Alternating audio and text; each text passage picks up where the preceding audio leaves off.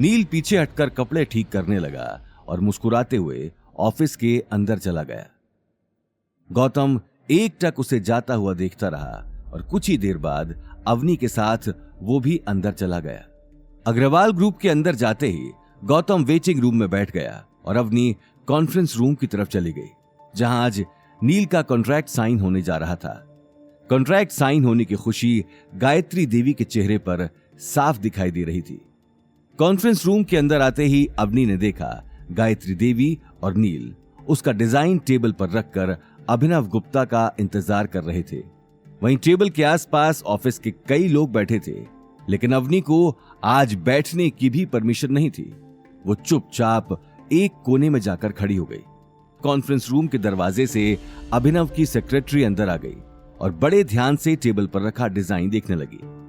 Secretary को देखते ही गायत्री देवी के मन में सवाल चलने लगे। देखते ही देखते सेक्रेटरी ने अपने हाथ में पकड़ी फाइल टेबल पर रख दी और कुर्सी पर बैठ गई। अभिनव सर नहीं आए अभी तक, उनकी जगह पर आप कॉन्ट्रैक्ट के लिए? मैं यहाँ कॉन्ट्रैक्ट के लिए नहीं आई, मैं ये बताने आई हूं कि मिस्टर नील के साथ अवतार ये डील कैंसिल कर रहा है। सेक्रेटरी की बात सुनते ही नील और गायत्री देवी के पैरों तले जमीन खिसक गई।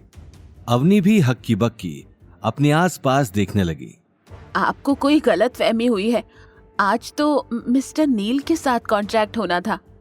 नहीं, मुझे कोई गलतफहमी नहीं हुई है, ये चेयरमैन सर का ही ऑर्डर है। नील का चेहरा गुस्से में लाल हो चुका था। वो अपने आप को रोक नहीं पाया और कुर्सी से उठकर खड़ा हो गया। क्या ये चेयरमैन सर का ऑर्डर है, या फिर तुम अपने मन से ही बातें बनाई जा रही हो? मुझे इस सर से बात करनी है, कहां है वो? चुप रहो नील, तुम्हारा दिमाग खराब हो गया है। गायत्री देवी ने उसी वक्त नील को डांटकर कुर्सी पर बिठा दिया। सेक्रेटरी का गुस्से भरा चेहरा देखते ही वो मौके की नजाकत को समझ चुकी थी। आई एम सॉरी, वो दरअसल मिस्टर नील को शायद इतनी समझ नहीं है, उसकी तरफ से मैं आपसे माफी मांगती हूँ। लेकिन ये अचानक कॉन्ट्रैक्ट ना करने की बात। इससे पहले कि गायत्री देवी आगे कुछ कह पाती, सेक्रेटरी ने उसकी बात काट दी और नील को घूर कर देखने लगी। मैं यहां आपको सिर्फ ये बताने आई हूं कि अवतार ग्रुप अब से मिस्टर नील के साथ मिलकर काम नहीं करेगा। लेकिन मेरी चेयरमैन सर से कल ही बात हुई है, उन्हें मेरा डिजाइन बहुत पसंद आया था और अचानक एक ही रात भर में वो अपना फैसला कैसे बदल सकते हैं? आपका डिजाइन? अगर सच में डिजाइन आपने ही बनाया है तो फिर आपको इसके बारे में पता होगा ना मिस्टर नील। ये बात कहते हुए सेक्रेटरी ने टेबल से फाइल उठाकर नील की तरफ सरका दी। फाइल खोलते ही नील का गला सूख गया। हमने आपके बारे में पता किया है, आपने तो अपनी कॉलेज स्टडीज भी पूरी नहीं की, बीच में ही छोड़कर भाग गए थे, तो फिर आपके पास डिजाइनर की डिग्री कहां से आई? और तो और आपके अब तक के बनाए हुए सारे डिजाइन्स भी हमने देखे हैं, उनमें से एक भी डिजाइन ऐसा नहीं था जिसे देखकर आपको काम दिया जाए। तो फिर आपको अचानक क्या हो गया कि आपने इतना अच्छा डिजाइन बना दिया? Please explain it to me. Secretary की बात सुनते ही नील और गायत्री शर्म से सिर झुकाकर एक दूसरे को देखने लगे। गायत्री देवी को अंदाजा भी नहीं था कि उसका झूठ इतनी जल्दी पकड़ा जाएगा। वहीं सेक्रेटरी की आंखों में अभी तक गुस्सा भरा हुआ था।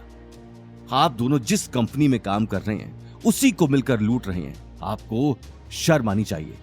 आपकी इन करतूतों की वजह से आपको जेल भी हो सकती है, इस बात का अंदाजा भी है आप दोनों को। अपनी बात पूरी कर सेक्रेटरी कॉन्फ्रेंस रूम में बैठे सभी लोगों को देखने लगी और अगले ही पल गेट से बाहर निकल गई। सेक्रेटरी के जाते ही कॉन्फ्रेंस रूम में सन्नाटा छा गया। गायत्री देवी और नील किसी से आंखें नहीं मिला पा रहे थे। वहीं अवनी को अपने कानों पर यकीन नहीं हो रहा था। उसके कानों में कुछ समय पहले गौतम की कही हुई बातें गूंज रही थी। आगे की कहानी जानने के लिए देखिए अगला एपिसोड सिर्फ पॉकेट एफएम के यूट्यूब चैनल पर और रॉयल वारिस के सारे एपिसोड्स को सुनने के लिए डिस्क्रिप्शन में दी लिंक से डाउनलोड करें पॉकेट एफएम ऐप।